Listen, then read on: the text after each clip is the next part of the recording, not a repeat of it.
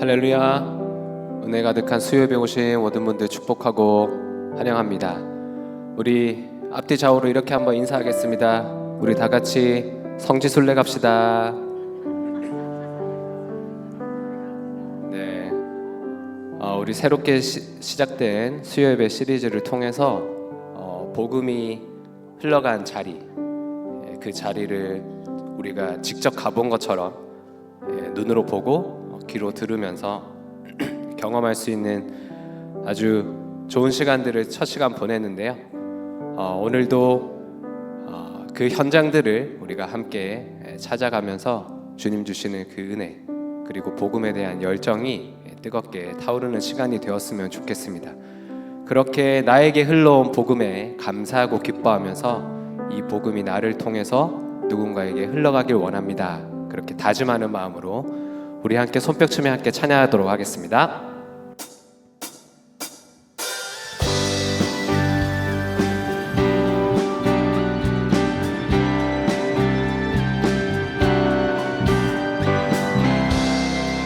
주님 뜻대로 살기로 했네.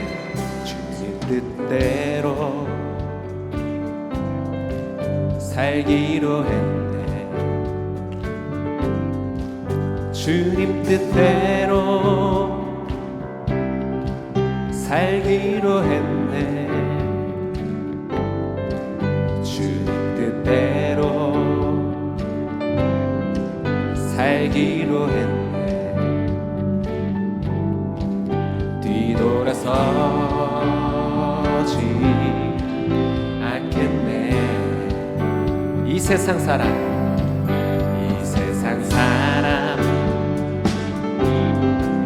날 몰라줘도 이 세상 사람 날 몰라줘도 이 세상 사람 날 몰라줘도 뒤돌아서지 않겠네. 뒤돌아서지 않겠네. 뒤돌아서지 않겠네. 고백합시다. 어떠한 시련이 와도 수많은 유혹 속에도 진실하신 주님 약속 나 붙들리라. 세상이 이해 못하고 우리를 조롱하여도 진실하신 주님 약속만 붙들리 결코 돌아서지 않으리. 아멘. 세상 등지고 십자가 보내. 세상 등지고 십자가 보내. 세상 등지고 십자가 보내.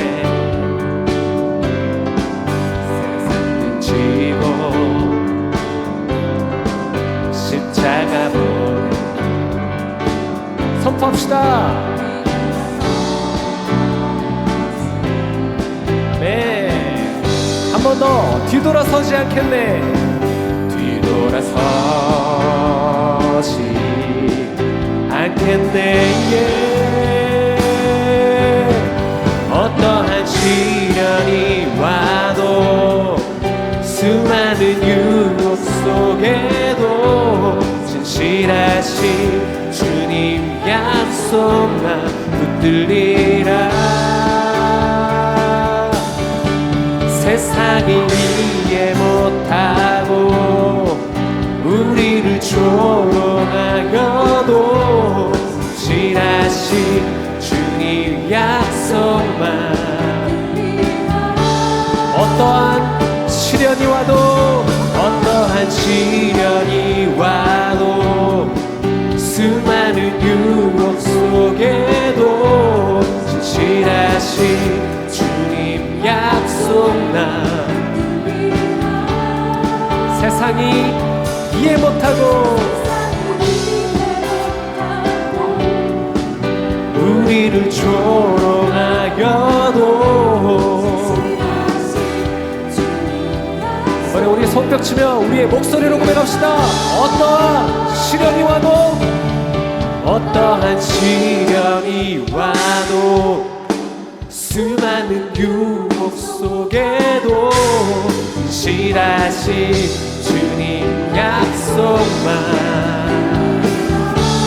세상이 이해 못하고 세상이 이해 못하고 우리를 조롱하여도 신실하신 주님 약속만 나게 결코 돌아서지 않으리. 할렐루야.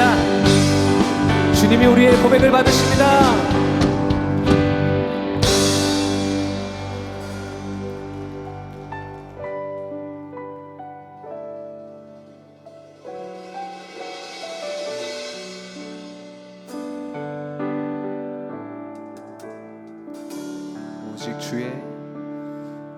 오직 주의 사랑에 매여 내 영 기뻐 노래합니다.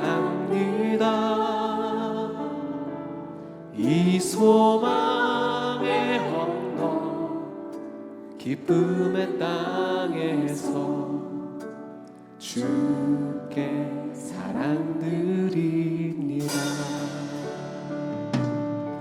오직 주의 임재 안에 갇혀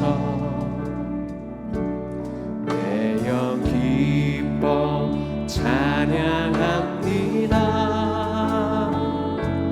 이 소명의 언덕 거룩한 땅에서 주께 경배드립니다. 주께서 주신 모든 은혜 나는 말할 수 없네. 내 영혼 즐거이 주 따르렵니다. 주께 상 드립니다. 오직 주의 사랑에 매여 오직 주의 사랑에 매여 내 영 기뻐 노래합니다. 이 소망의 언덕 기쁨의 땅에서 주께 사랑드립니다. 오직 주의 제 안에 갇혀 내 영 기뻐 찬양합니다. 이 소명의 언덕 거룩한 땅에서 주께 경배드림. 주께서 주신 모든 은혜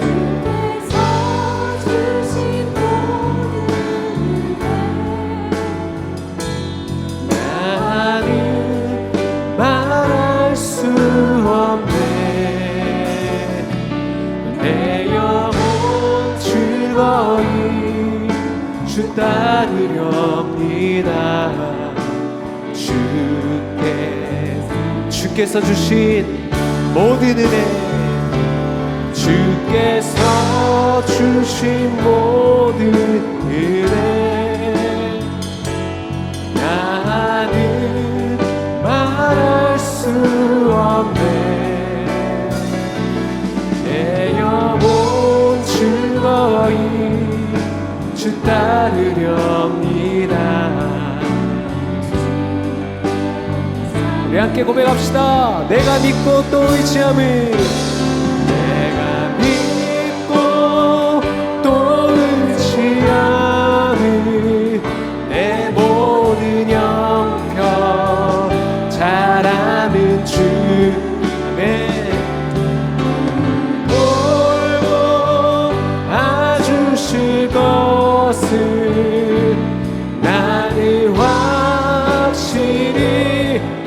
믿고 또 의지함은 내가 믿고 또 의지함은 내 모든 영역. 예 주님,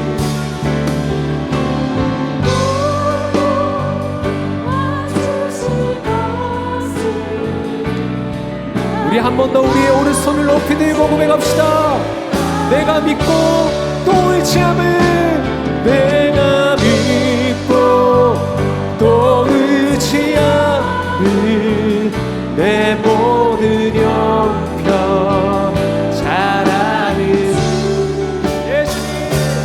예수를 돌보 가주실 것을 나는 확실히 아네.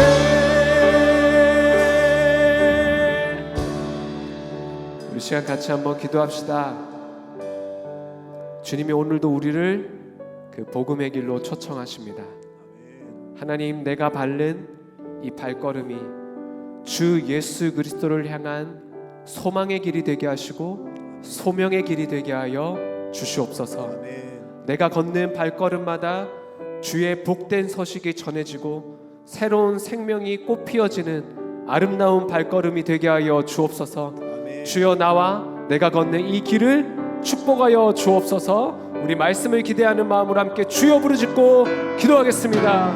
주여, 하나님 아버지 감사합니다. 오늘도 주 예배 가운데 나와서 하나님의 말씀을 듣고 하나님의 복음이 하나님 아버지 하나 땅 끝까지 주어지는 그 일을 믿음으로 보며 하나님께서 일하신 과 복음의 살아 역사하심을 우리가 날마다 볼 수 있게 해주신 것 너무나도 감사합니다. 하나님 아버지, 이제는 우리의 발걸음이 복음의 발걸음이 되길 원합니다. 우리의 걸음걸음만 하나님 오래 전부터 주가 나기를 원합니다. 복음에 주시고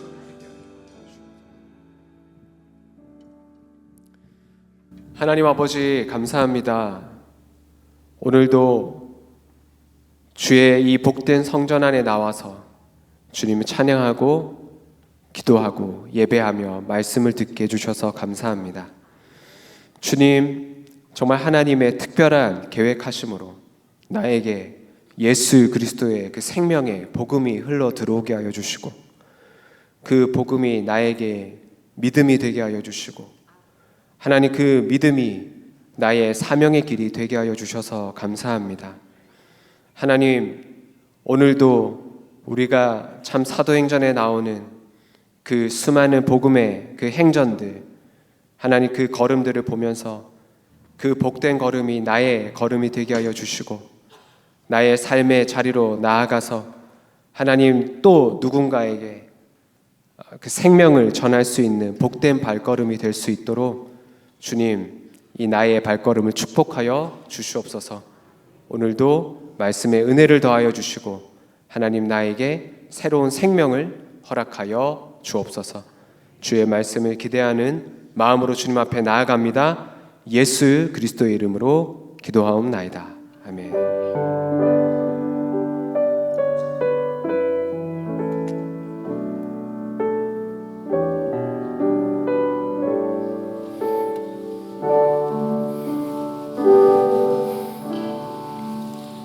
지난주에는 하나님께서 막으시고 열으시는 역사를 통해서 드로아에서 마게도냐 환상을 봤죠.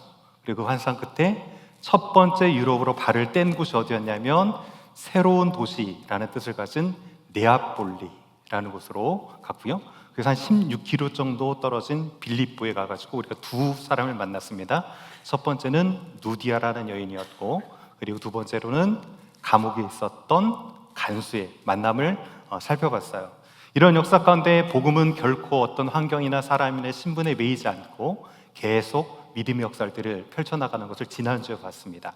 오늘은 이제 제목은 무엇이냐면 살아있는 복음 데살로니가를 가다라는 주제인데요. 오늘은 첫 번째로 데살로니가라는 도시와 함께 더불어서 베레아 이렇게 두 곳을 살펴볼 거예요. 오늘은 바로 영상으로 한번 들어가서 데살로니가로 저희가 볼 건데, 데살로니가 직접 가보지 않거나 화면으로 보지 않으면 이런 곳이 데살로니가 이런 도시였구나라는 걸 상상하기 쉽지 않아요. 자, 이제 영상을 보시면서 데살로니가라는 도시가 이런 곳이었구나라는 것을 한번 보셨으면 좋겠습니다. 자, 데살로니가로 출발해 보도록 하겠습니다. 자, 보시는 것처럼 데살로니가는 상당히 큰 도시인데 도심지라는 것보다도 그 데살로니가가 있는 곳이 항구라는 사실이에요. 여러분이 성경을 아무리 많이 봤어도 데살로니가 항구라는 것은 잘 모르셨을 건데 보시는 것처럼 데살로니가는 상당히 큰 이제 항구 지역입니다. 이 항구 지역을 저희가 쭉 둘러보도록 하겠습니다. 항구 지역에서 보고 그 다음에 이제 그 항구 쪽에서 도시 쪽으로 보는데 저희 2분 전 영상 때 이 영상 많이 보셨죠? 포인트가 점점점 가는 곳은 어디냐면 실은 여기 광장 하나가 있는데 아리스토텔레스 광장이라는 곳이에요. 지금 센터 쪽에 지금 광장이 있고요. 저희 광장 쪽으로 조금 더 갑니다. 이 영상을 보시면 지금 일출이죠. 실은 저희 팀이 갔을 때 한 집사님께서 아침 일찍 해 뜨기 전에 가셔가지고 드론을 띄워가지고 일출을 이렇게 찍으신 거예요. 자, 그러면 지금 서쪽이고 저쪽 해 뜨는 쪽이 동쪽이고요. 센터 쪽에 있는 이 지역이 바로 아리스토텔레스 광장이라는 지역이고 날이 어둑해서 잘 보이진 않지만 이쪽 지역에 저희가 잠시 후에 살펴볼 아리스토텔레스의 조각상이 딱 하나 있어요. 자, 그렇게 생각하시고 이제 조금 더 저희들이 보도록 하겠습니다. 자, 진행해서 보면 저쪽 가운데에 데살로니가 광장에 아리스토텔레스 광장이 있다 이렇게 보시고요. 이렇게 해서 이제 보시면 아래는 전부 상가지역이고 위는 거주지예요. 그러니까 그 그리스 지역 자체가 아래는 전부 상가지로 돼 있고 2층 이상은 전부 뭐냐면 주거지예요. 그래서 데살로니가 하면 전 세계적으로 카페가 가장 많은 도시 중에 하나로 이렇게 손꼽을 수 있어요. 그 정도로 1층에 이제 카페들이 참 많이 진입해 있고요. 자, 저희가 이제 구체적으로 조금 더 가가지고 이제 이 지역의 성곽지역입니다. 보시는 것처럼 가운데 성곽지역이 흐르고 있고 이거는 데살로니가 당시 때 성벽의 모습이었다. 그리고 지금 현대적으로 있는 건물 자체는 이곳은 사도 바울이 이곳을 왔다라는 걸 기념하기 위한 기념교회가 이렇게 센터 지역에 자리 잡고 있다 이렇게 보시면 되겠습니다. 자, 대충 이렇게 보셨죠? 자, 데살로니가 상상했던 것 물론 짧은 영상들이었지만 어떠셨나요? 데살로니가. 자, 데살로니가 첫 번째 특징은 뭐냐면 그리스의 이제 보시면 제2의 도시다라고 할 수 있어요. 인구가 100만 정도, 현재 100만 정도고요. 여러분 이해하시기는 어떻게 이해하시면 더 좋냐면 한국의 수도가 서울이죠. 자, 그러면 제2의 도시는 어딘가요? 예, 부산이죠. 부산이 항구잖아요. 이런 것 같이 그리스의 제1 도시는 어디냐면 아덴이고 그 아덴의 제2 도시 그리스라고 할 수 있는 이 제2 도시가 어디냐면 바로 데살로니가라는 항구 도시다 이렇게 보시면 되겠고요. 북쪽 지역을 저희가 마게도냐라고 했는데 이 마게도냐의 핵심, 북쪽 심장이라고 표현할 수 있겠다라는 사실이고요. 두 번째, 이제 이 지역을 조금 제가 구글 지도로 조금 더 가까이 보면 이렇거든요. 실은 보시면 상당히 인구가 많이 몰려 있는 거 알 수 있죠. 집이 질벽이 있잖아요. 아파트먼트가 쫙 있는 이런 제2의 도시가 데살로니가다. 풍광이 이렇습니다. 되게 멋있잖아요. 그래서 아까 해안가 있는 쪽에서 상가가 있고 그 다음에 유람선 같은 것도 띄어 있고 이런 곳이 데살로니가라고 하는 도시다 이렇게 보시면 되겠고요. 자, 보시는 것처럼 이 그림은 아마 비잔틴 시대 즈음에서 아마 이 데살로니가를 그린 그림이다 이렇게 보시면 되겠습니다. 죄송한데 볼륨 조금만 낮춰주시면 좋을 것 같아요. 계속 하우링처럼 들려서 울려서. 자, 아무튼 보시면 이렇게 고대에도 항구 도시 역할을 충분히 감당했다라는 것을 보시면 되겠고요. 자, 그러면 이 데살로니가라는 지역의 이제 유래부터 도시의 이름이 붙여지는 부분을 저희가 잠깐 살펴볼 건데, 헬라 제국을 이뤘던 큰 왕이 있는데 그 왕은 무엇이냐면 알렉산드리아, 즉 알렉산더라는 대왕이 이제 헬라 제국을 이뤘죠. 그런데 이 알렉산더는 젊은 나이에 죽음을 갔잖아요. 그리고 나서 그 왕들이 분할 통치를 해서 땅들을 나눠 가져요. 그래서 이제 가장 많은 지역을 받았던 부분이 셀루쿠스 왕조가 이쪽 지역으로 페르시아까지 다 차지했고요. 그다음 이쪽 이집트는 프톨레미 왕조가 이쪽이 프톨레미 왕조가 차지를 했고, 그다음에 안티고누스, 그다음에 마게도냐. 이 지역은 누가 차지했냐면 카산더라는 왕이 이 마게도냐를 차지합니다. 자, 그런데 이 카산더는 특징이 무엇이었냐면 자기 정권을 위해서는 누구도 가리지 않고 죽였어요. 자, 그래서 실은 알렉산더의 어머니였던 올림피아스라는 여인도 죽여버리고 알렉산더의 아들이었던 알렉산드리아 4세도 죽여버렸어요. 그래서 그 왕권을 알렉산더로부터 이어받았지만 더 자기의 왕권을 견고히 하기를 원했습니다. 그런데 이제 알렉산드리아와 관련돼서 다 죽여버리고 나니까 이 카산더가 자기 정치 세력이 좀 약해질 수 있잖아요. 그래서 결혼을 누구 하고 하냐면 알렉산드리아 이복 여동생하고 결혼을 해요. 자, 그 이름이 누구냐면 카산더고 결혼한 사람이 데살로니케예요.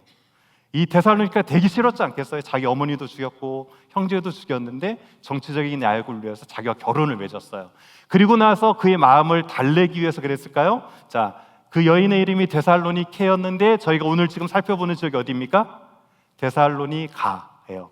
그 여인의 이름을 딱 따가지고 이 붙여진 이름이 어디냐면 바로 데살로니가이다라고 보시면 되겠습니다. 자, 이렇게 해서 이제 저희가 데살로니가라는 지역 이름을 살펴봤고요. 아내의 이름을 따서 불렀다. BC 315년경에 세워진 도시다. 이렇게 보시면 되겠고요. 그 다음에 지난번에 저희가 빌립보의 위성 항구 도시가 어디라고 했냐면 네아폴리라고 그랬죠.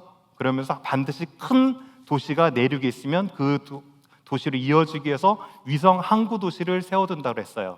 자, 이 데살로니가도 실은 항구 도시지만 이 항구 도시가 만들어졌던 것은 어디냐면 38km 정도 떨어졌던 펠라. 실은 제2 현대적으로는 데살로니가가 제2 도시였지만 당시 때는 데살로니가는 크지 않았고 어디가 더 번성해서 크게 지어졌을까요? 펠라라는 곳이 크게 지어졌고 이 펠라로 가기 위한 위성 도시를 만들었는데 그 항구 도시가 어디였냐면 데살로니가였다라고 아시면 되겠어요. 이 펠라라고 하는 곳은 이제 알렉산더가 태어난 곳이기도 합니다. 그래서 이 큰 위성 도시가 이렇게 있었다라고 보시면 되겠고요. 자, 그 다음에 이 위치가 이제 중요한데 저희가 살펴봤던 도로 중에 비아 에그나티아라는 길이 있는데 바로 이 길이었죠. 자, 이 길인데 데살로니가에 딱 오면 그 에그나티아 길의 중간 정도 오면서 쭉 가면 계속 육로로도 이동할 수 있고 배를 타면 어떻게 됩니까? 육로로 이동하지 않고 바로 아시아적으로 이렇게 갈 수 있는 중간점에 데살로니가가 있었기 때문에 이 데살로니가라고 하는 곳은 육로와 해로를 연결할 수 있는 좋은 무역 항구를 역할을 감당할 수 있었던 곳이 바로 이 데살로니가이다라고 보시면 대략 이렇게 이제 데살로니가 도시에 대한 정의와 정리는 제가 좀 해드렸어요. 이제 저희가 성경 속으로 들어가 보는데 이제 빌립보 간수로 하여금 이제 그곳에서 풀려난 이후에 걸음을 옮겨서 온 것이 오늘 데살로니가거든요. 자, 데살로니가에서는 사도 바울이 이제 어떻게 그 일들을 감당했는지 그 사역들을 좀 살펴봅니다. 17장 1절을 보면 가는 과정 중에 빌립보에서 나와가지고 암비볼리아와 아볼리아를 거쳐가지고 데살로니가로 갔어요. 자, 그런데 데살로니가 갔을 때 사도 바울의 전도 전략을 잘 볼 수가 있어요. 자, 보시면 그가 자기의 관례대로 어디에 들어갔다라고 되어 있는데, 자, 자기 관례대로 어디로 들어갔냐면 어디에 들어갔을까요? 회당으로 들어갔어요. 자, 사도 바울은 새로운 도시를 가면 무조건 먼저 안식일을 맞으면 회당으로 가는 전략을 펴가지고 그 안식일에 회당을 들어가고 그 다음에 평소 같은 경우에는 주로 아고라나 시장 같은 데 가서 복음을 전하는 게 그 전략 중에 하나였어요. 자, 그런데 이렇게 그가 회당으로 가가지고 복음을 전가했을 뿐만 아니라 두 번째 보면 그가 설교한 내용들인데요, 어떤 것을 강론했는지 강론의 내용을 잠깐 살펴보면 성경을 가지고 강론했다고 그랬어요. 자, 여기에서 이 성경은 무엇일까요? 오늘날 저희가 가진 성경이 아니라 어떤 성경? 그때는 신약이 없었으니까 구약 성경을 들고 가가지고 한 장을 쫙 펴서 읽습니다. 그런 다음에 회당장이 허락해주면 그 읽었던 내용의 뜻을 풀었어요. 자, 그런데 뜻을 풀었을 때 중요한 점이 무엇이냐면 이렇게 돼 있죠. 뜻을 풀어서 그리스도가 해를 받고 죽은 자 가운데서 다시 살아나셔야 될 것에 대한 설명을 했다라고 했어요. 즉 사도 바울은 어떤 성경을 피든지 간에 그곳 안에서 누구를 설교했습니까? 예수 그리스도, 즉 장차 오실 메시아에 대한 설교를 했고, 그 중에 크게 두 가지 사역이라면 그가 고난 받으셔서 죽으실 것과 이렇게 죽으시더라도 살아계신 하나님께서 그를 다시 살리실 것, 즉 십자가와 부활에 대한 내용을 설교하셨다는 사실이에요. 자, 이것을 그냥 간단히 한마디로 무엇이라고 할 수 있냐면 그는 구속사적인 설교, 즉 예수 그리스도를 하나님께서 어떻게 보내주셨고 그가 십자가와 부활을 통해서 우리 가운데 얼마나 어떻게 우리 죄를 사하시고 생명 주실 것인가에 대한 설교를 했다. 그래서 사도 바울의 실은 핵심에 복음의 핵심이라고 하면 이렇게 얘기할 수 있어요. 그런데 그 모든 방법은 예수님의 방법이었어요. 자, 누가복음 4장 6절을 보면 이렇게 돼 있어요. 늘 하시던 대로 회당에 들어가셨다라고 돼 있어요. 그러니까 예수님도 똑같은 단어예요. 자기 관례대로 하는 단어와 누가복음 4장 16절에 있는 늘 하시던 대로, 이 단어가 똑같은 단어예요. 그러니까 예수님도 어떻게 하셨냐면 안식일에 회당에 들어가셔가지고 구약을 펴서 읽으시면서 당신에 대해서 설교하셨어요. 그래서 어찌 보면 사도 바울이 자기의 관례대로 했다라는 표현을 이 표현에 담았을 수도 있지만 실은 사도 바울은 철저하게 누구의 전도 방법을 따라가고 있었다? 예수 그리스도의 전도 방법을 그가 따라가고 있을 수 있었다라는 사실이고요. 그 끝에 이렇게 복음의 핵심은 다른 것이 아니라 즉 예수가 너희들이 그토록 기다리고 있는 메시아 그리스도시다라는 것이 그 사도 바울의 핵심 메시지였다라고 볼 수가 있습니다. 자, 그런데 사도 바울은 데살로니가에서 얼마큼의 기간밖에 머물지 못했을까요? 여러분 방금 봤던 곳에 힌트는 있어요? 안식일 앞에 새 안식일로 돼 있잖아요. 그래서 통상적으로 사도 바울은 데살로니가에 3주밖에 머물지 못했을 걸로 얘기합니다. 자, 그런데 이것이 자기 자의가 아니었고요, 타의에 의해서 그렇게 됩니다. 자, 어떻게 해서 이제 데살로니가를 떠나게 되는지 그 뒷얘기를 보면, 그러나 유대인들은 시기하였어요. 사도 바울의 복음을 통해서 진리가 선포되자 그 진리를 따르는 자들이 생겼고, 그동안에 자기가 율법을 따랐던 것에 반하는 이 모습을 보면서 그들 안에 타는 시기가 있었어요. 자, 이 시기가 나자 누구를 고용했냐면 저자의 어떤 불량한 사람들을 데려왔다고 했어요. 자, 저자하면 뭐죠? 우리식으로 생각하면 시장인데 헬라적인 문화에서는 아고라라고 할 수 있어요. 이 아고라가 이제 시장 같은 곳이거든요. 자, 그래서 저희가 이제 사진을 통해서 그 아고라를 먼저 잠깐 살펴봅니다. 자, 보시면 이게 아고라, 노마식으로는 포rum이라고 할 수 있어요. 자, 이곳은 실은 주변에 집이 엄청 많죠. 자, 딱 이 지역이 아고라 지역인데 이곳이 남을 수 있었던 이유가 있어요.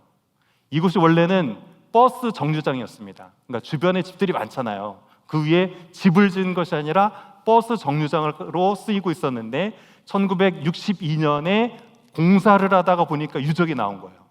하나둘 파다 보니까 뭡니까? 이거는 노마 시대의 포럼, 즉 성경에 아까 등장했던 저자라고 하는 아고라 자리였어요. 그래서 그대로 발굴해가지고 발굴된 지역이 이 지역입니다. 조금 더 가까이서 보면 이렇습니다. 저쪽 왼쪽 거는 대형 박물관에 있는 모형을 이렇게 본땄고요. 이 지역에서 바라보는 것이고, 자, 오른쪽 사진은 제가 이번에 가서 찍은 사진이에요. 이 아고라는 잘 보면 구조가 2층으로 돼 있어요. 자, 보세요. 이쪽 사진을 잠깐 보시면 이쪽에 보면 이렇게 구멍 이렇게 있죠. 이게 전부 상점인 거예요. 상점이고, 그다음 이쪽 윗뜰에 보면 이쪽이 이제 뜰 2층인 거죠. 그래서 이 지하에 전부 상가가 있을 정도로 2층 건물로 그 데살로니가 지역에 큰 시장이 있었어요. 아마 이 지역 시장에서 힘 좀 쓴다는 불량한 사람들을 유대인들이 고용해가지고 어떻게 했습니까? 사도 바울을 박해하면서 그를 이제 끌고 갑니다. 자, 끌고 가기 전에 끌고 가면서 이제 보시면 그가 끌고 가기 전에 저쪽에 저희가 잠깐 후에 살펴볼 데메트리오라는 교회가 있다. 이 정도만 보시면 되겠고요. 그 다음에 그들이 형제들과 야손과 형제들을 읍장들에게 끌고 가가지고 뭐라고 하냐면 이 사람들은 천하를 어지럽히는 사람이다 라고 얘기해요. 실은 이 문제는 무엇이냐면 종교적인 문제였잖아요. 근데 천하를 어지럽혔다라는 말 자체는 무엇이냐면 이들은 그들의 왕권에 대한 도전을 하고 있는 사람들이다 라고 하면서 이것을 정치적인 문제로 왜곡시켜 버립니다. 자, 그래서 급장들에게도 이제 이런 박해를 받게 됐죠. 자, 그런데 여기에서 이제 성경적으로 보면 읍장이라는 단어가 뭐 가볍게 볼 수 있지만 이 읍장이라는 단어 때문에 성경이 실제 하고 있고 이 사건이 여기서 일어날 수 있었겠다라고 알 수 있는 것이 있습니다. 자, 보시면 읍장들이라고 하면 폴리타르케스라는 단어인데 이제 이 비문이 이제 발견됐어요. 뜻은 도시의 통치자라는 뜻이고 이것이 1876년에 이제 바르다르 문이라는 것이 데살로니가에 있었는데 그 문에서 이렇게 보시는 것처럼 비문이 발견된 거예요. 근데 그 비문에 무엇이라고 있었냐면 이 언어 그대로 폴리타르크스라는 단어가 그 안에 명시되어 있어요. 저기 지금 밑줄 그어놓은 이 부분이 그 부분이고요. 여기에 이 폴리타르크스라는 단어가 그대로 명시되면서 단어가 나온 거죠. 자, 그러면서 뭐라고 했냐면 이 지역 마게도냐 지방에는 서너 개 성읍을 관장하는 행정관들을 가리키는 관직이라는 것이 밝혀져요. 그리고 이 관직이 5명이 있어서 읍장들이 이 데살로니가 주변의 큰 도시들을 관할했다라는 기록이 있습니다. 그런 것처럼 실제로 사도 바울이 그 읍장들에게 잡혀가 사도 바울이 아니라 아까 야손과 형제들이 이제 잡혀가 가지고 이렇게 사도 바울을 서포트하는 것 때문에 이제 판결을 받게 되는 부분이 등장하게 되는 거죠. 자, 이렇게 해서 이제 데살로니가를 빠르게 좀 봤고요. 저희가 지도를 잠깐 꺼내 가지고 이제 지도를 그려보는 시간 좀 가졌으면 좋겠는데 저희가 바로 이쪽으로 왔기 때문에 저희가 못 봤는데 제가 지난주에 아니면 오늘 들어오면서 나눠드렸던 지도를 한번 꺼내 보시고요. 자, 지난주에 저희가 왔던 이제 이쪽까지는 살펴봤죠. 빌립보까지 갔는데 빌립보에서 데살로니가까지 오는 거를 먼저 그려보고 그다음 스토리를 계속 이어갔으면 좋겠습니다. 자, 빌립보에서 출발해 가지고 암비볼리하고 아볼로니아를 거쳐 가지고 데살로니가까지 화살표를 좀 그려보시고요.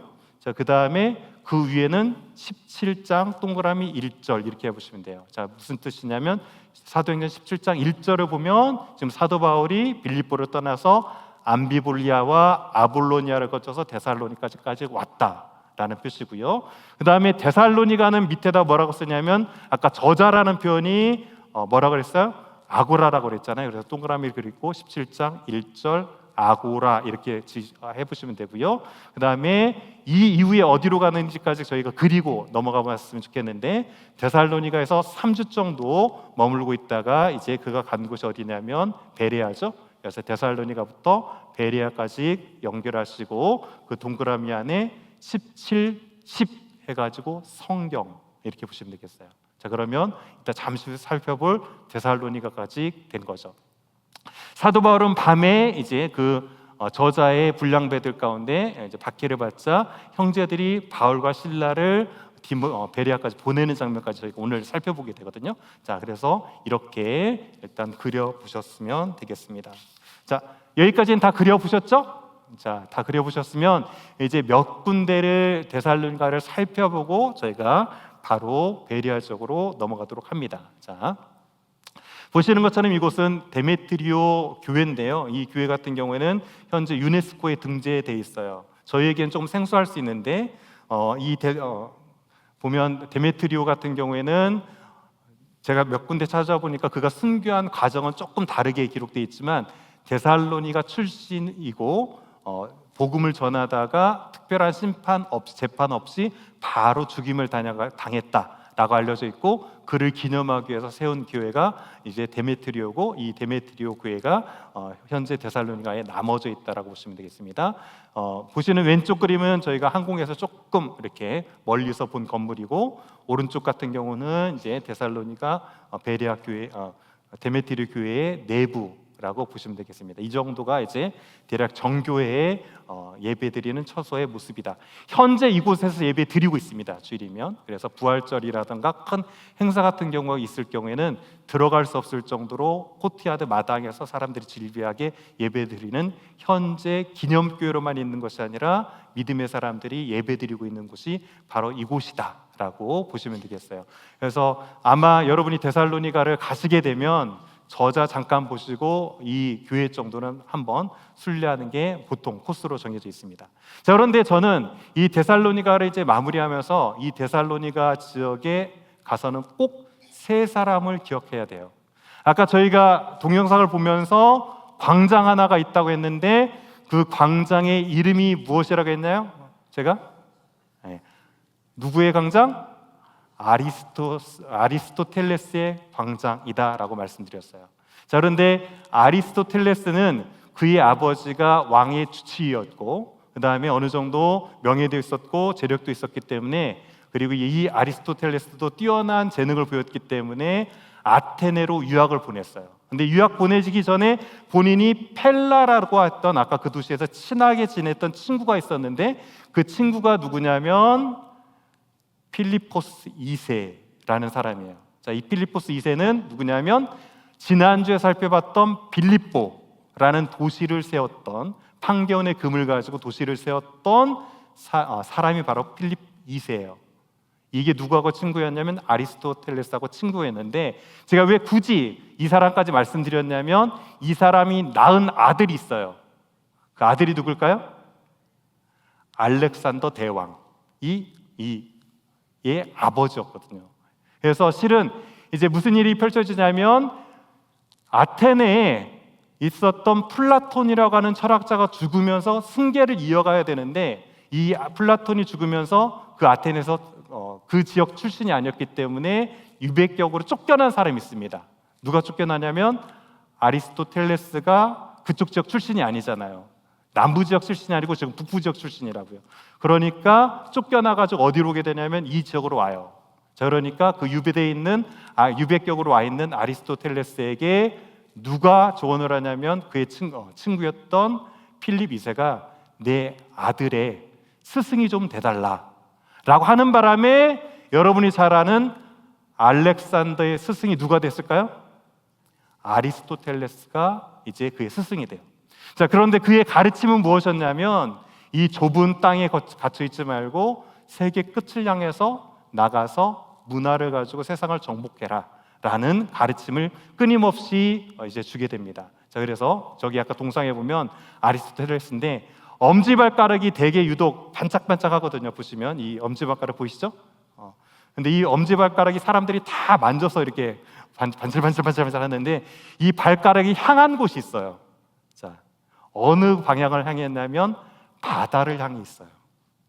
즉, 그래서 그는 늘 뭐라 하시라고요? 그 제자에게, 알렉산더에게 얘기했냐면 너는 문화를 가지고 나서 저 바다로 향해서 세계를 정복하는 꿈을 꿔라 라고 끊임없이 알렉산더에게 가르쳤고, 그 가르침 그대로 나간 사람이 누구다? 알렉산더예요. 자, 그가 이제 이 가르침 가운데 세상 끝까지 가서 헬라 문화를 전파하라는 명령을 받았는데, 이 세 개 동상 모두 어디 있냐면 데살로니가에서 제가 다 찍은 거예요. 데살로니가에 이 세 사람을 기념하는 동상이 다 있어요. 자, 그런데 이 가르침 끝에 이제 알렉산더가 세상을 정복하기 위해서 인도까지 간 지형의 길들이에요. 자, 보시면 지도에 이렇게 이쪽 펠라 지역에서 출발해가지고 현대 튀르키예, 페르시아, 인도까지 이렇게, 그다음에 이집트, 프톨레미 지역까지 다 정복을 했죠. 자, 그런데 이 정복을 할 때 가장 중요했던 전쟁 하나가 있는데, 페르시아의 다리우스하고 알렉산더가 맞붙었던 장소가 BC 330년경에 어디에서 맞붙냐면 이수스라는 곳에서 이제 맞닥뜨리게 됩니다. 이 전투에서 누가 이겼냐면 알렉산더가 비로소 페르시아의 다리우스를 물리침으로 인해 가지고 그 뒤로 이렇게 전 지역을 점령할 수가 있었던 지역이에요. 자, 그런데 흥미로운 것은 이 이수스 바로 옆이 한 곳이 있는데 그곳이 다소라는 도시가 바로 옆에 붙어 있어요. 자, 사도 바울의 고향은 어디일까요? 네, 어떻게 하셨습니까? 자, 바로 이 지역이 사도 바울에 있었던 다소라는 지역이에요. 자, 그런데 사도 바울은 그 다소 출신이었지만 헬라 문화를 가지고 알렉산드리아가 이렇게 자신을 향해서 정복해왔다면, 이제 사도 바울은 세상의 문화가 아닌 무엇을 가지고 나갔을까요? 복음을 가지고 흥미롭게도 알렉산드리아가 왔던 이 지역을 정확하게 역방향으로 역진해 가지고 복음을 증거하고 있다는 사실이에요. 왜 사도 바울이 그렇게 하나님의 막으심과 열으심 가운데 그리스 지역까지 넘어가서 지금 이 복음 행진을 이어가고 있는가? 바로 알렉산드리아가 세상 문화로 세상을 정복하려 했다면 하나님께서는 사도 바울에게 복음을 주셨고 그 복음으로 알렉산드리아의 길을 역진해가지고 가스필 웨이로 복음을 증거하고 있다는 사실입니다. 자, 그래서 이제 첫 번째 데살로니가를 마무리하면서 사도 바울은 복음으로 헬라를 정복했다라는 사실이죠. 자, 이렇게 저희가 조금 빠르게 사도 바울과 관련해서 데살로니가를 살펴봤고요. 이제 두 번째 도시, 여러분 어찌 보면 데살로니가는 성경 구절 때문에 익숙하죠. 항상 기뻐하라, 쉬지 말고 기도하라, 범사에 감사하라, 이는 그리스도 예수 안에서 너희를 향하신 하나님의 뜻이라고 하는 이 데살로니가 전서 말씀들이 익숙한데 도시명으로는 오히려 이곳이 더 익숙할 수도 있겠다라는 생각이 들어요. 자, 그곳은 어디냐면 그 다음 떠날 베레아 지역입니다. 자, 이 베레아 지역도 저희가 영상으로 먼저 쭉 둘러보고 그 다음에 이곳이 어떤 곳인지 이제 말씀으로 이어가면서 한번 설명드려 보도록 하겠습니다. 자, 데살로니가 지역의 동영상을 통해서 이 지역을 보는데요. 자, 보시는 것처럼 이제 이 지역은 큰 도시가 있는 것 같기도 하지만 저쪽 왼쪽 끝으로 보시면 산지 지형이 좀 많이 있죠. 그래서 이 베레아 지역은 큰 도시라기보다는 산골 도시였다라고 하는 정도를 보시면 되겠고요. 자, 그곳에서 있었던 것이 무엇이냐면 사도 바울이 말씀을 증거했던 기록이 있는데 그 말씀 증거했던 곳입니다. 베마, 그 히브리 그 헬라어로는 비마 뭐 이렇게 불리는 지역인데 그 지역이 이제 보시는 가운데 이 부분이 비마 베마라고 알려지는 강단이에요. 사도 바울 이곳에서 복음을 전했다라고 알려져 있습니다. 자, 저희가 이렇게 베마 지역이고요. 이것을 조금 더 틀어가지고 더 위에서 이제 보도록 하겠습니다. 지금 방금 이제 지나가고 있는 곳이 사도 바울이 복음을 전했다라고 알려져 있는 곳입니다. 저희가 조금 이따 거기는 자세히 한번 사진으로 살펴볼 거예요. 자, 그리고 이 지역은 바르부타라고 하는 유대인 지역이에요. 그래서 유대인들이 이곳 베레아 지역에 많이 거주한 걸로 알려져 있고 사도 바울이 먼저 가면 가장 먼저 어디를 찾아간다고 그랬죠? 회당이라고 그랬어요. 그래서 이 바르부타 지역의 유대인 회당 자리가 바로 여러분 보시는 오른쪽 끝에 부분 여기가 이제 회당, 유대인의 회당으로 알려져 있는 지역입니다. 이 지역에 있고요. 사도 바울이 2차, 3차 전도여행 때 이곳에 가서 복음을 전한 것으로 전해집니다. 그래서 유대인 회당 지역이 이렇게 있는 곳이 어디냐면 베레아 지역이다라는 사실이에요. 자, 이 영상을 통해서 이제 봤던 것을 제가 간단히 한번 정리해 보도록 하겠습니다. 자, 보신 것처럼 베레아는 이쪽 아래 지역에 보시면 있고요. 이쪽 아래 지역이고 주변이 전부 보니까 뭐예요? 전부 온통 산과 그다음에 현대적으로는 댐을 막아놨는데 물이 있는 지역이고요. 자, 이곳에 베르미온이라는 산이 이렇게 위치하고 있다라고 보시면 되겠고요. 조금 더 가까이서 좁혀놓으면 이렇게 이곳이 현대적으로는 베레아 여기 산 지역이 있다. 자, 그래서 이곳은 주로 어떻게 쓰였냐라고 하냐면 폼페이의 키케로라는 사람이 있는데 이 사람도 정치적으로 피신해야 될 때가 있었어요. 그래서 이 키케로가 처음에 데살로니가로 왔다가 그래도 쫓아오는 사람이 있으니까 어디로 피했을까요? 베레아로 피했던 기록이 있어요. 근데 사도 바울도 우연의 일치인지는 모르지만 먼저 데살로니가로 갔다가 그를 쫓아오는 추격하는 자들이 있으니까 어디로 숨게 된 거예요? 그래서 베레아로 숨게 되는 이런 산골 마을이 어디냐면 여러분 보신 바로 이 베레아다라고 보시면 되겠습니다. 자, 그리고 두 번째로는 데살로니가에서 그러면 거리가 어느 정도 되느냐라는 건데 아마 이 데살로니가에서 이렇게 펠라라는 지역을 거쳐가야 되는데 거쳐서 베레아까지 가면 67km 정도 돼요. 자, 거리가 어느 정도 된다고요? 67km 정도 됩니다. 마일로 따지면 40마일 조금 더 넘죠? 자, 이 정도에 떨어진 곳에 거리를 가지고 있다. 자, 왜 이 거리가 중요하냐면 이따가 저희가 살펴보는데 데살로니가 사람들이 어디까지 쫓아와요? 베레아까지 쫓아오거든요. 그러니까 쫓아왔다고 했을 때 거리가 어느 정도까지 쫓아왔는지를 알고 있어야 되잖아요. 그래서 한 67km 정도 쫓아온 것을 가지고 있다 이렇게 보시면 되겠고요. 그다음에 이 지역은 유대인 거주지다라고 말씀을 드렸어요.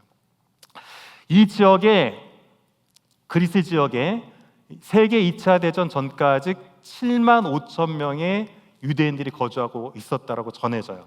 자, 그런데 이 지역에 한 데살로니가를 포함해서 베레아 지역에 5만 명 정도가 거주했고요. 그 다음에 그 중에 제가 보니까 4만 8,674명이 아우슈비츠 수용소로 끌려갔다가 1950명 정도, 근데 97%가 다 죽고요. 1950명 정도만 살아와가지고 다시 살아가고 있는 지역이 이 지역이에요. 자, 그래서 데살로니가 가면 이렇게 유대회당 안쪽도 있지만 데살로니가에 가면 이 조각상이 있어요. 이게 무엇을 뜻하냐면 유대인들을 기리기 위한 조각상이에요. 그러니까 5만 명에서 1,900명 정도밖에 남지 않을 정도로 이제 독일 나치에 의해서 학살을 당했던 것이 이곳에 이제 관련되어 있는 장소다. 포인트는 뭐냐면 아무튼 베레아하고 데살로니가 지역은 유대인들이 거주했던 거주지였다라고 하는 사실이고요. 더불어서 이곳을 혹자는 또 이렇게 부릅니다. 마게도냐의 예루살렘이다 라고 얘기를 하는데, 이 지역에는 비잔티 시대에 교회들이 한 100개 정도 이상 있었다고 그래요. 그러니까 말씀의 열심을 가지고 있었고 그 영향으로 많은 교회들이 세워진 곳이 이곳이었다라는 사실이에요. 자, 제가 방금 열심이라는 단어를 썼는데 성경에서 베레아 사람들을 소개하기를 뭐라고 소개하냐면 이렇게 소개하죠. 자, 베레아 사람들을 소개할 때 이렇게 소개합니다. 자, 베레아에 있는 사람들은 데살로니가에 있는 사람들보다 더 너그러워서, 예전에는 뭐라고 되어 있었죠?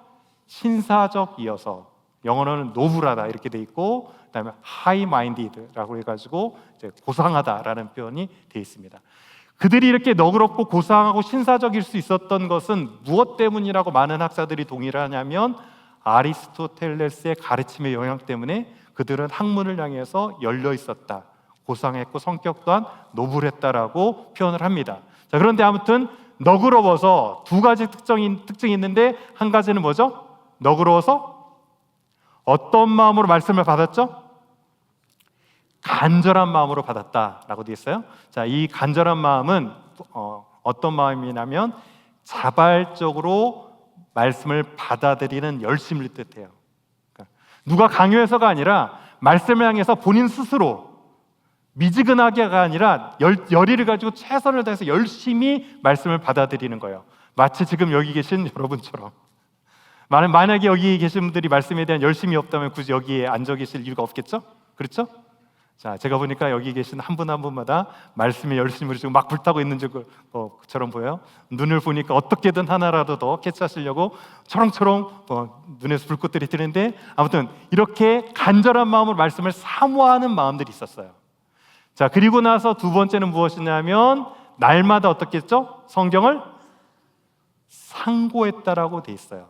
자, 그러면 상고라는 뜻이 무엇인가를 살펴보면서 이제 아까 제가 사도 바울이 말씀 전했다고 했던 베마라고 하는 곳의 모습을 보여드리는데, 자, 이렇게 가보면 비마, 베마라고 알려져 있는 곳이요 보시고요. 제가 이걸 조금 더 클로즈업 해보면 이렇게 돼 있습니다. 자, 보시면 비마라는 뜻, 베마라는 뜻 자체가 무엇이냐면 계단이라는 뜻이에요. 그래서 계단이 하나, 둘, 셋 이렇게 돼 있죠.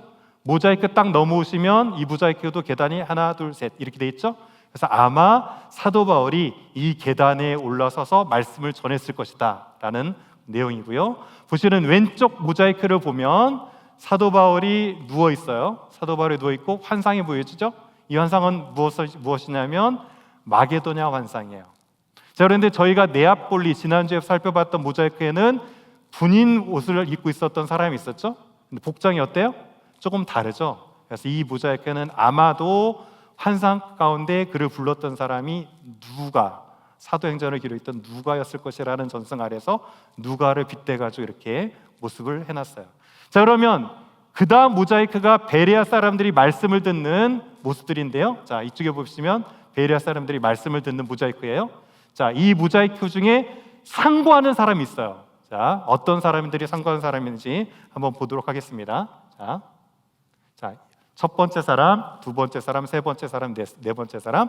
자, 1번은 누구냐면 제일 앞에 지금 앉아 있죠? 제일 앞에 앉아 있고, 자, 2번은 아마 군인같이 보이는데 창을 들고 있어서 군인같이 들었지만 뒤까지 가가지고 늦게 왔지만 열심히 듣고 있는 모습이 2번 정도 볼 수 있겠고요. 그 다음에 3번은 누구예요? 듣고 나서 그런가 해서 잘 모르니까 어떻게 했어요? 설교 중에도 옆 사람에게 소곤소곤 지금 하고 있는 모습이 3번 정도 보일 수 있나요? 자, 그리고 4번. 자, 4번 무엇을 펼쳤습니까? 두루마리를 펼쳐가지고 그러한가? 라고 보고 있어요. 자, 누가 상고하는 사람 같습니까? 1번, 2번, 3번, 4번? 네, 4번이에요. 4번 이 사람이 상고하는 사람인데 지금 보시면 이렇게 보시면 두루마리를 폈고요. 두루마리 가운데 무엇을 확인하고 있는 거죠? 자, 그럼 이 사람은 어떤 사실을 이렇게 보고 있었을까라는 건데요. 실은 상고하다라는 뜻 자체가 무엇이냐면 자세히 조사하다라는 뜻이에요. 자, 이는 분명히 말씀을 피면서 자세히 조사했어요. 무엇을 조사했냐면 사도 바울은 구약을 피면서 얘기를 했죠. 그 구약을 인용할 때마다 정말 그 구약을 인용한 게 맞나라는 것을 첫 번째 확인했을 것이고, 두 번째로는 사도 바울의 복음 핵심은 무엇이냐면 예수 그리스도가 고난을 받고 장차 죽은 자 가운데 살아나실 것이다 라는 이 메시지가 전해질 때마다 정말 그가 말한 메시아가 예수 그리스도가 맞나, 그리고 예수 그리스도가 하나님의 아들이 맞나라는 것을 늘 어떻게 했어요? 확인하고 확인했다는 사실이에요. 자, 그렇다면 오늘 베레아 사람들은 너그러워가지고 어떻게 했냐면 간절한 마음도 있었고 산구하는 마음도 있었어요. 자, 그런데 이 두 가지 마음이 있었다는 데 포인트가 있어요. 자, 수용성이 많고 비판적인 사고를 겸비한 사람들의 특징이 있는데, 이 겸비한 사람은 말씀을 덮어놓고 믿지 않습니다. 믿음이 중요해. 믿기만 하면 되지 덮어놓고 믿어라고 하지 않고 믿음과 동시에 말씀을 어떻게 해요? 늘 확인해보는 사람들이에요. 더불어서 이 사람들은 덮어놓고 믿으면 어떻게? 라고 하면서 말씀이 선포될 때마다 확인함과 동시에 그로 인해서 말씀이 마음이 심령이 딱딱하게 굳어져가지고 그 마음이 돌처럼 굳어진 자들이 아니에요. 겸비한 자란 사람은 어떤 사람이냐면 말씀을 들을 때마다 아멘 아멘으로 받아들이고 더불어서 그 삶에서 늘 말씀을 확인하면서 묵상하는 것이죠. 자, 저를 포함한 여러분의 말씀의 태도는 어떠세요? 여러분은 말씀을 아멘으로 덮어놓고 믿는 편입니까? 아니면 말씀이 그리한가 늘 상고하는 편입니까? 이 두 가지가 동시에 있어야 된다는 사실이죠. 어찌 보면 똑같이 말씀을 들었는데요, 수용하는 태도에 따라서 말씀이 달라질 수 있어요. 무슨 말씀이냐면 이 강단에서 똑같은 말씀이 선포돼요. 그런데 어떤 사람들은 그 말씀을 주의 말씀으로 받는 사람들이 있는가 하면 어떤 사람들은 사람의 말로 받는 사람들도 있다는 사실이죠. 여러분, 이 자리를 떠나나갈 때 말씀의 은혜는 받았는데 저 문을 벗어나자마자 들었던 말씀이 무엇인지 전혀 기억하지 못하는 경우들도 있죠. 자, 여기 계신 분들 중에 주일날 설교 제목 혹시 기억나시는 분 계세요? 분명히 들을 때는 은혜를 막 받은 것 같은데 이제 수요일밖에 지나지 않았음에도 불구하고 주일에 들었던 말씀이 온데간데 없이 싹 사라진 경우도 있죠. 겸비한 사람은 어떤 사람이냐면 그 말씀을 아멘으로 수용하고요, 그 삶에서 늘 묵상하면서 그 말씀을 확인하고 그 삶에서 하나님의 도우심을 구하는 자들이에요. 여기 계신 모든 분들은 말씀에 겸비한 자가 돼서 말씀을 아멘으로 받을 뿐만 아니라 삶에서 끊임없이 그 말씀을 묵상함으로 말씀이 인도하시는 대로 따라가실 수 있는 귀한 분들 되어지기를 주님의 이름으로 간절히 축원드립니다. 자, 사도 바울은 이렇게 말씀을 향한 열심이 있었는데요, 또 다른 열심 한 가지가 있어요. 베레아 사람도 말씀을 향한 열심이 있었고, 자, 또 다른 열심 한 가지는 무엇이냐면 바로 이것입니다. 데살로니가에 있는 유대인들은 바울이 하나님의 말씀을 베레아에서 전하는 줄로 알고 거기도 가서 무리를 움직여 어떻게 했냐면 소동했어요. 자, 이 한 구절로 보면 아무것도 아닌 것 같지만 제가 아까 말씀드릴 때 데살로니가에서 베레아까지 몇 킬로? 67km 떨어져 있다고 그랬거든요. 박해하기 위해서 67km를 쫓아왔다라는 사실이에요. 자, 그런데 사도 바울의 삶을 잘 보면 또 비슷한 사건이 있어요. 자, 사도 바울이 안디옥과 누스드라에서 복음을 전할 때 안디옥과 이고니아에서 온 사람들이 와가지고 돌로 사도 바울을 쳐가지고 죽은 줄 알고 내놨던 사건 있죠? 이때도 누스드라까지 안디옥에서 쫓아왔다는 사실이에요. 자, 그렇다면 왜 사도 바울은 이렇게 생각할 수 있죠? 하나님, 왜 저만 가지고 그러세요? 말씀 전하려고 할 때마다 늘 밖에 하는 사람들이 원정으로 이렇게 멀리서 오는데 왜 그러죠? 라는 생각할 수 있었겠죠? 자, 그런데 사도 바울을 잘 한번 살펴보세요. 사도 바울이 어떤 삶을 살았죠? 사도 바울이 스데반이 순교할 때 어떤 일을 했습니까? 증인들의 옷을 맡아주는 역할을 했고 그 앞에서 돌을 맞아서 사도 바울을 순교했습니다. 자, 그리고 사도 바울은 예수 믿는 자들을 잡기 위해서 예루살렘에서 어디까지 갔던 사람이죠? 다메섹까지 공문을 받아가지고 잡아오겠다고 하면서 갔어요. 예루살렘에서 다메섹까지는 240km 정도 돼요. 자, 그러니까 자기는 어떻게 했어요? 예수 믿는 자들을 박해하기 위해서 어떻게 했어요? 더 큰 열심으로 열심히, 다른 사람 76km 쫓아왔는데 자는 240km까지 막 달려갔던 사람이었거든요. 갈라디아서를 보면 이런 말씀이 있습니다. 어떤 말씀이 있냐면 사람이 무엇으로 심든지 그대로 거두리라 라는 말씀이 있어요. 모르기 몰라도 사도 바울이 예수 믿는 자들을 박해하는 열심으로 뿌려놨더니 어떻게 됐어요? 자기도 그대로 받은 거죠. 어떻게 보면. 그런데 감사한 건 사도 바울은 그 박해로 인해서 그 모든 지경을 복음의 지경으로 넓혀가는데 하나님께 합력해서 선을 이루어갈 수 있도록 인도해 주셨다는 사실이에요. 자, 그래서 열심을 내더라도 무엇에 열심을 내느냐도 이렇게 중요할 수 있다라는 사실입니다. 자, 그러면 이제 말씀을 전체적으로 정리해 보면서 오늘 주제가 살아있는 복음이라고 했는데 살아있는 복음에 대해서 잠깐 이제 말씀을 나누면서 정리하기 원합니다. 잘 보면 이 데살로니가 지역은 머문 기간이 얼마라 그랬죠? 3주밖에 되지 않았어요. 그런데 오늘 데살로니가전서 1장 7절을 보면 그러므로 너희가 마게도냐와 아가야에 있는 모든 믿는 사람들의 무엇이 됐다고 했을까요? 본이 됐다라고 하거든요.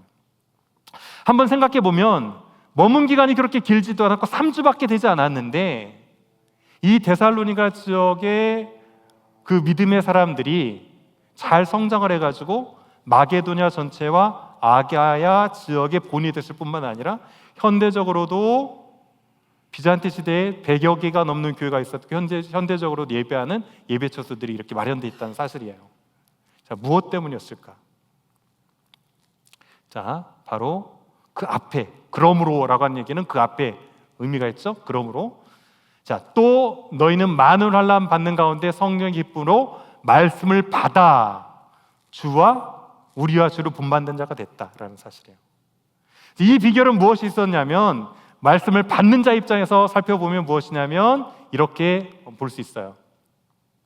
하나님의 말씀을 받을 때 사람의 말로 받지 아니하고 하나님의 말씀으로 받았다는 사실이에요. 데살로니가 사람들이. 아까 베레아 사람들처럼 말씀을 받을 때 이 데살로니가 사람들 역시 수용성을 가지고 이 말씀을 받되 저 말은 설교자의 말, 사람의 말이 아닌 하나님께서 오늘 내게 주신 말씀으로 받는 마음이 있었다는 사실이에요. 여러분, 이 강단에 선포되는 말씀을 한낱 사람의 말로만 여깁니까? 아니면 하나님께서 성령의 역사를 통해서 오늘 설교자를 통해서 내게 필요해서 주시는 말씀으로 받습니까? 사람의 말로 받는 자들은 그 말씀이 어떤 말씀이 선포되든지 간에 그 말씀을 들어도 가슴은 냉랭할 것이고 오히려 그 말씀을 들어도 졸리기밖에 하지 않을 수도 있어요. 하지만 그 말씀을 오늘 분명히 기록된 성경의 말씀을 설교자에게 주시고 성령의 감동 아래 내게 꼭 필요한 말씀으로 감동하셔서 주시는 하나님의 말씀으로 그 말씀을 받는 자에게는 마음이 뜨거워지는 역사가 있을 것이고 그 말씀의 능력을 통해서 그 말씀이 삶을 변화시키는 놀라운 역사로 이어질 줄 믿습니다. 여기 계신 모든 분들은 주어지는 어떤 말씀이든지 간에 하나님의 말씀으로 받아들여서 그것을 잘 소화시킬 수 있는 귀한 축복이 있기를 주님의 이름으로 간절히 축원드립니다. 자, 그렇다면 살아있는 말씀은 이렇게 받는 자에게만 달려있는가? 아니요, 다른 측면에서 제가 한 가지 더 살펴보는데 전하는 자의 입장이에요. 사도 바울은 데살로니가 사람들에게 편지를 쓰면서 내가 너희에게 어떤 마음으로 말씀을 전했는지에 대한 기록들을 남겨놨어요. 자, 이런 마음을 가지고 그는 전했다고 합니다. 권위를 가지고 주장할 수 있으나 그렇게 하지 않았다는 얘기죠. 도리어 너희 가운데서 유순한 자가 되어 유모가 자기 자녀를 기름과 같이 했다라는 사실이에요. 자, 그런데 여기서 유모가 자기 자녀를 기른다는 게 조금 어감이 안 맞을 수 있는데 실은 이거는 어머니라고 보셔도 돼요. 즉 어머니가 자기 자녀를 기름과 같이 사랑의 마음을 가지고 그들을 돌봤다는 사실이죠. 그리고 나서 몇 절 안 되는 이제 2장 11절에 더불어서 이렇게 기록합니다. 우리가 너희 각 사람에게 아버지가 자기 자녀에게 하듯이 권면하고 위로하고 격려했다라는 사실이에요. 자, 잘 보시면 오늘 사도 바울은 어떻게 했냐면 어머니의 사랑을 가지고 따뜻하게 맞아주었죠. 그러면서 오냐 오케이 하지 않고 한 면에는 어떤 면이 있었습니까? 아버지처럼 강직함을 가지고 그들의 잘못을 보면 권면하고 훈계하고 바로 갈 길을 가르쳤다는 거죠. 오늘날 이 시대에 어떤 마음이 부족해서 말씀을 받는 자들이 하나님의 말씀으로 그것들을 여기지 못하고 말씀의 길로 가지 못할까요? 오냐 하는 아니면 사랑을 품는 그 모습이 부족할까요? 아니면 말씀을 가지고 잘못된 것을 봤을 때 권면하는 부분이 부족할까요? 이 부분에 있어서는 어떻게 보면 말씀을 전하는 자로서 지금 앞에 있기 때문에 제 자신이 먼저 받아야 될 말씀인 것 같아요. 하지만 이 부분은 설교자에게만 주신 것이 아니라 여러분이 누군가의 복음을 증거할 때도 해당되는 거죠. 여러분이 누군가에게 복음을 증거하기 위해서 살아있는 말씀으로 복음을 증거하기 위해서는 그를 사랑하는 어미의 마음이 있어야 될 것이고 한편으로는 그의 잘못을 눈 감지 않고 권면할 수 있는 아비의 마음이 있어야 되는 거죠. 만약에 여러분이 누군가에게 복음을 증거할 때 그를 사랑하는 마음이 없으면 증거하면 안 되는 거죠. 더불어서 그들의 잘못을 아비의 마음으로 권면할 수 있는 두 가지 마음이 있을 때 그들의 가운데 복음을 증거할 수 있는 복음자의 역할을 감당할 수 있다는 사실이에요. 여기 계신 모든 분들은 단순히 말씀만을 가르치는 선생으로 그치는 것이 아니라 어머니의 사랑의 마음과 더불어서 아버지의 강직한 권면의 마음을 가지고 복음을 증거할 수 있는 저와 여러분 되어지기를 주님의 이름으로 간절히 축원드립니다. 자, 말씀을 정리하면 한마디로 이렇게 정리해 볼 수 있을 것 같아요. 어떻게 그렇게 사도 바울이 살아있는 복음으로서 그 삶을 살 수 있었는가?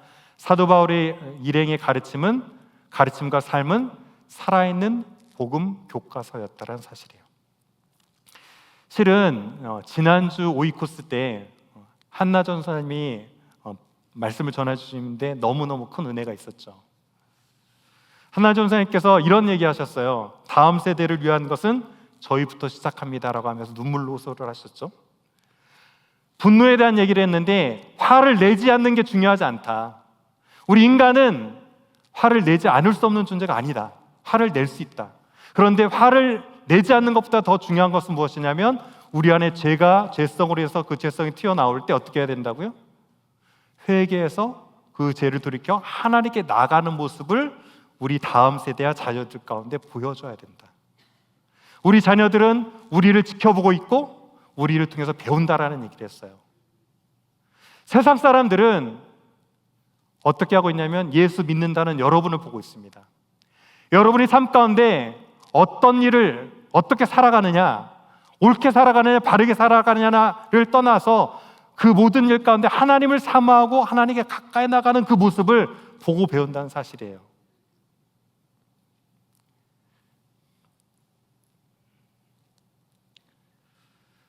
소위 교회 안에서도 직분 맡았다 하는 자들이 있는데요, 신앙의 연조가 별로 안 된 분들은 그런 분들을 보고 배웁니다. 내가 소위 교회 안에서 이렇게 섬기고 있다라고 하는 그 직분 맡은 자들을 그렇지 않은 분들이 보고 따라간다는 사실이죠. 자, 그런데 누군가에게 본이 되기 위해서 가장 중요한 것이 있어요. 자, 누군가에게 내가 본이 되는 삶을 살기 위해서 가장 중요한 것이 있는데 무엇이냐면 이것입니다. 먼저 그리스도를 본받는 자가 돼야 돼요. 여러분, 본받는 자가 되지 않고서는 결코 누구에게 본이 될 수 없어요. 특별히 예수 그리스도를 본받는 자만이 이 세상 가운데 우리 자녀들 가운데 예수 그리스도를 본받도록 할 수 있는 본이 될 수 있는 삶을 살아갈 수 있는 거죠. 여기 계신 모든 분들은 이 땅 가운데 본이 되기 위해서 예수 그리스도를 먼저 본받고 그분께서 하나님 앞에 어떤 삶을 사셨는가를 따라 살기 위해서 몸부림치는 이 삶의 살아있는 역사를 통해서 누군가에게 예수 그리스도를 본받도록 본이 되어지는 귀한 축복이 있기를 간절히 소원합니다. 자, 옆에 분과 이렇게 한번 인사해보면서 말씀을 마쳤으면 좋겠는데요. 당신은 살아있는 복음입니다. 이렇게 한번 얘기해 보십시오. 당신은 살아있는 복음입니다. 자, 그 말은 무엇이냐면 여러분이 살아있으나 살은 자같이 복음으로 예수 그리스도를 본받는 자가 되지 않으면 이 세상에서는 감히 예수 그리스도를 볼 수 없다는 사실이에요.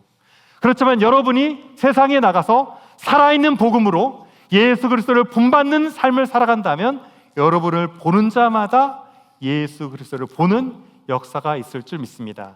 여기 계신 모든 분들은 이렇게 살아있는 복음으로 예수 그리스도로 말미암은 생명의 역사를 풍성히 맺어갈 수 있는 저 여러분 되어지기를 주님의 이름으로 간절히 축원합니다. 자, 이 시간 이 마음을 가지고 다 같이 한번 찬양해 봤으면 좋겠는데요.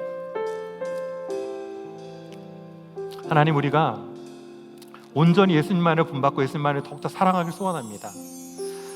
다른 건 못할지라도 정말 제가 예수님 사랑하는 이 모습들을 우리 자녀들이 보길 원합니다.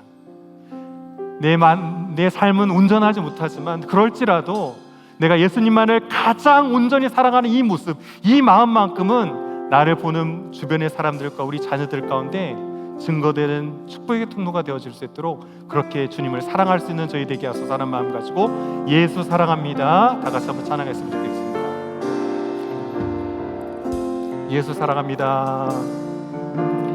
예수 사랑합니다. 사랑합니다. 온 마음 다하여 오직 주님 한 분만 간절히 더 원합니다. 다시 한번 예수 사랑합니다. 예수 사랑합니다. 사랑합니다.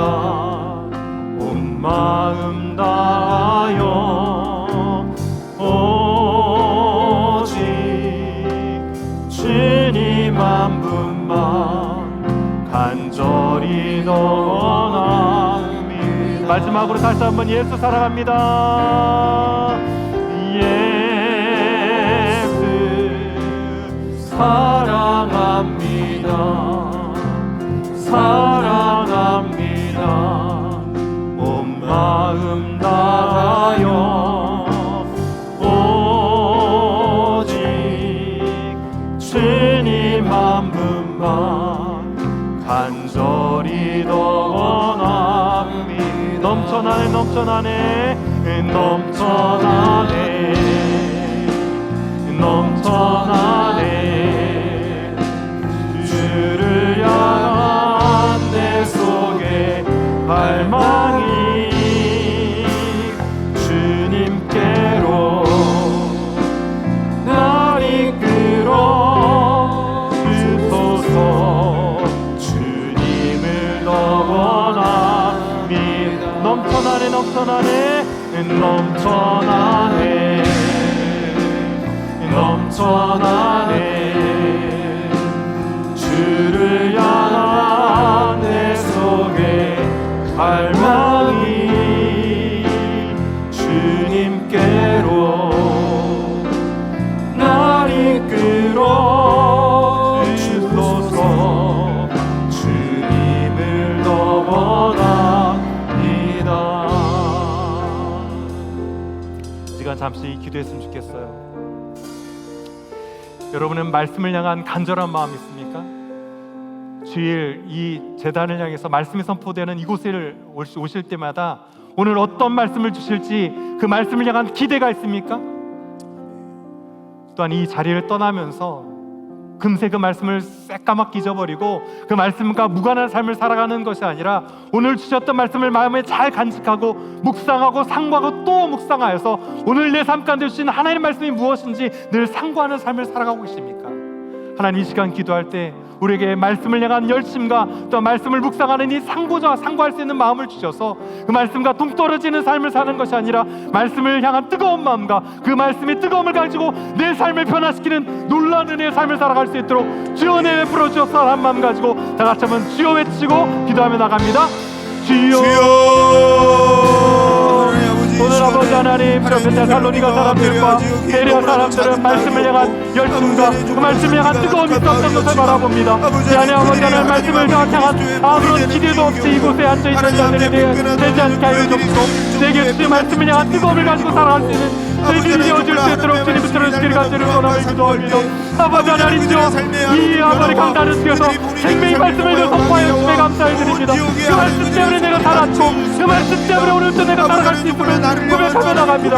내 안에 아버지 하나님 혹시 아버지 가지맛과 아버지 하나님 길가맛과 아버지 불평과 같이 생명을 위한 딱딱 깊이 숨어진 마음이 있다면 성령의 이 시간 아버지 하나님 내 마음을 녹여주셔서 복과 같이 같은 마음으로 말씀을 향한 뜨거운 마음으로 확하여 주옵소서. 아버지 한 주간 살아가면서도 주를 주셨던 말씀을 새까맣게 잊고 그 말씀과 무관한 삶을 살아가는 자들이 아닙니까?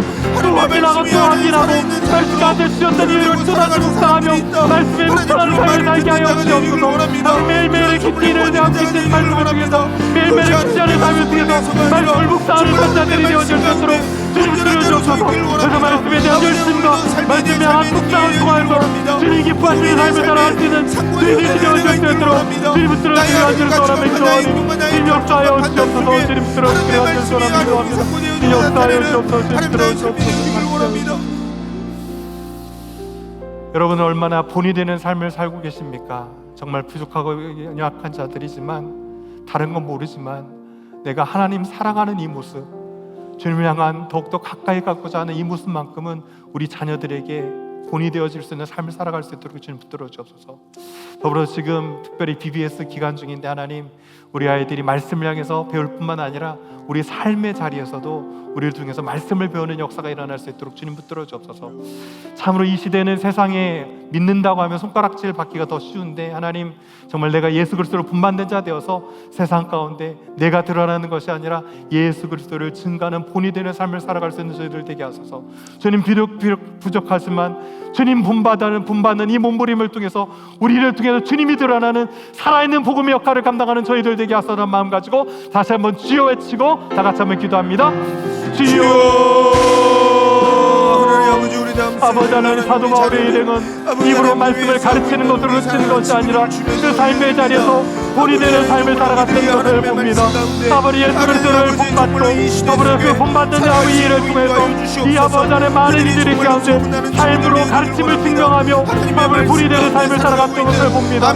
주님, 참으로 우리는 부족하고 연약하여서 아버지 말씀대로 살아갈 수 있는 살아갈 수 없는 그런 연약함이 있지만 주님 은혜를 하여 주셔서 정말 아버지 하나님 주님 따라가는 이 신령을 가지고 주님 따라 살아갈 수 있는 저희들이 되어질 수 있도록 주님 붙들어주기 간절히 돌아오며 기도합니다.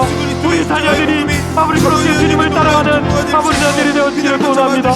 나를 보고 주님을 본받을 수 있는 자들이 되어줄 수 있는 은혜를 하여 주옵소서. 특별히 지금 BBS 기간 중인데 우리 아버지 어린 영유아 아이들이 아버지 말씀 가운데 아버지 하나님 주님을 본받을 뿐만 아니라 모든 자들을 통해서 예수 그리스도를 본받을 수 있는 이 아버지 역사가 넘쳐날 수 있도록 주님을 주길 간절히 원하며 기도합니다. 우리는 알것들은 부족하지만 주님 따라 살아갈 수 있는 삶을 살아갈 수 있도록 주님을 들어주길 간절히 원하며 기도하니 우리가 정말 주님을 증거하는 삶을 살아갈 수 있는 시간들이 일어나시기를 간절히 원하며 기도합니다. 아버지 하나님, 우리 앞에 복음이 되게 하셔서 살아있는 복음의 역할을 감당할 수 있는 아버지 저희들이 되어질 수 있도록 주님 들어주길 원하며 기도하니 주님을 위하여 본이 되는 삶을 살게 하시고 주님 따라가는 삶을 살게 하시고 주님도 같이 살아갈 수 있는 저희들이 되어질 수 있도록 주님 역사하여 주길 간절히 원하며 기도하니 주님 함께하여 주옵소서.